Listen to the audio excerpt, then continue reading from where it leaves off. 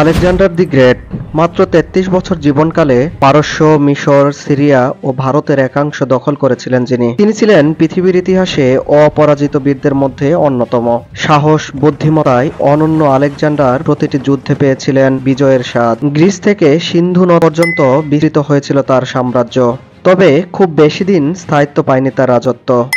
ব্যাবিলনে তার অকাল মৃত্যু আর উত্তরাধিকারবিহীন এই বিশাল গ্রিক সাম্রাজ্য আলেকজান্ডারের মৃত্যুর সাথে সাথে খণ্ড বিখণ্ড হয়ে যায়। আজ আপনাদের জানাবো ইতিহাসের বিখ্যাত এই গ্রিক বীর সম্পর্কে। আলেকজান্ডার ২০ অথবা ১৯ জুলাই মেসিডনের পেল্লা নামক স্থানে জন্মগ্রহণ করেন। তার পিতা ছিলেন মেসিডনের রাজা দ্বিতীয় ফিলিপ, আর মা ছিলেন ফিলিপের চতুর্থ স্ত্রী এপিরাসের রাজকন্যা অলিম্পিয়াস।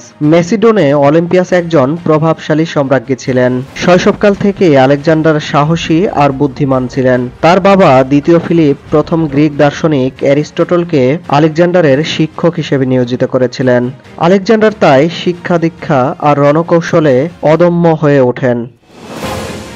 শৈশবে আলেকজান্ডার একবার তার পিতার সাথে ঘুরতে বেরিয়েছিলেন। পথে দেখলেন একদল লোক একটা পাগলা ঘোড়াকে বশ করার চেষ্টা করে ব্যর্থ হচ্ছে। কিশোর আলেকজান্ডার তার পিতার কাছে ঘোড়াটিকে বশ করার অনুমতি চাইলেন।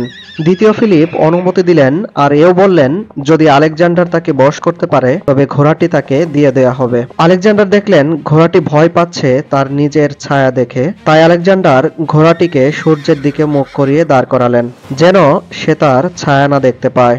এরপর আলেকজান্ডারের সঙ্গী হয়েছিল এই ঘোড়া। তিনি তার নাম দিয়েছিলেন বুসেফেলাস। ৩০ বছর বয়সে ঘোড়াটির মৃত্যুর পর আলেকজান্ডার খুব মর্মাহত হয়েছিলেন এবং বুসেফেলাস নামে একটি শহরের নামকরণ করেছিলেন। ফিলিপ যখন পঞ্চম বিয়ে করেন তখন আলেকজান্ডারের সিংহাসন প্রাপ্তির সম্ভাবনা অনেকটাই ক্ষীণ হয়ে যায়, কারণ পঞ্চম স্ত্রী ক্লিওপেট্রা ছিল মেসিডোনীয়। তাই তার সন্তানেরা আলেকজান্ডারের চেয়ে সিংহাসনের জন্য অধিক বেশি দাবিদার, কারণ আলেকজান্ডারের মাতা অলিম্পিয়াস মেসিডোনীয় ছিলেন না। আলেকজান্ডার তাই অভিমান করে তার মায়ের সাথে মেসিডোনিয়া ত্যাগ করেন, যদিও পরবর্তীতে ফিলিপ তাকে ফিরিয়ে এনেছিলেন।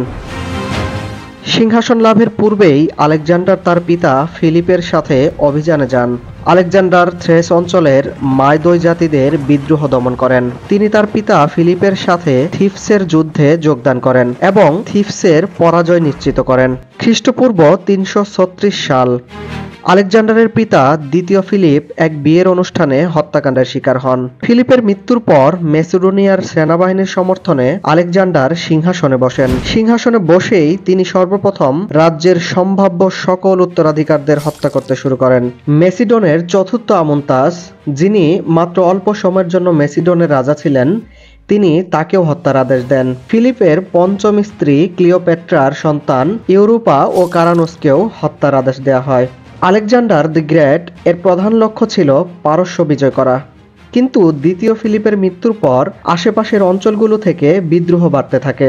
৩৩৬ খ্রিস্টপূর্বে আলেকজান্ডার থ্রেসের সেনাবাহিনীকে পরাজয়ের উদ্দেশ্যে হিমাস পর্বতে অভিযান চালায়। এই যুদ্ধে থ্রেসের পরাজয় ঘটে।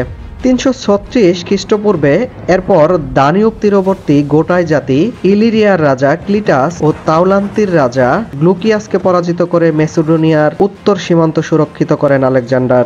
কিন্তু আলেকজান্ডারের অনুপস্থিতির সুযোগে থিফস ও অ্যাথেনীয়রা আবারও বিদ্রোহ শুরু করে। আলেকজান্ডার এবার থিফস শহরকে পুরোপুরি ধ্বংস করে দেয়। এরপর আলেকজান্ডার পারস্য আক্রমণের জন্য সর্বসম্মতিক্রমে দলনেতা হিসেবে নির্বাচিত হয়।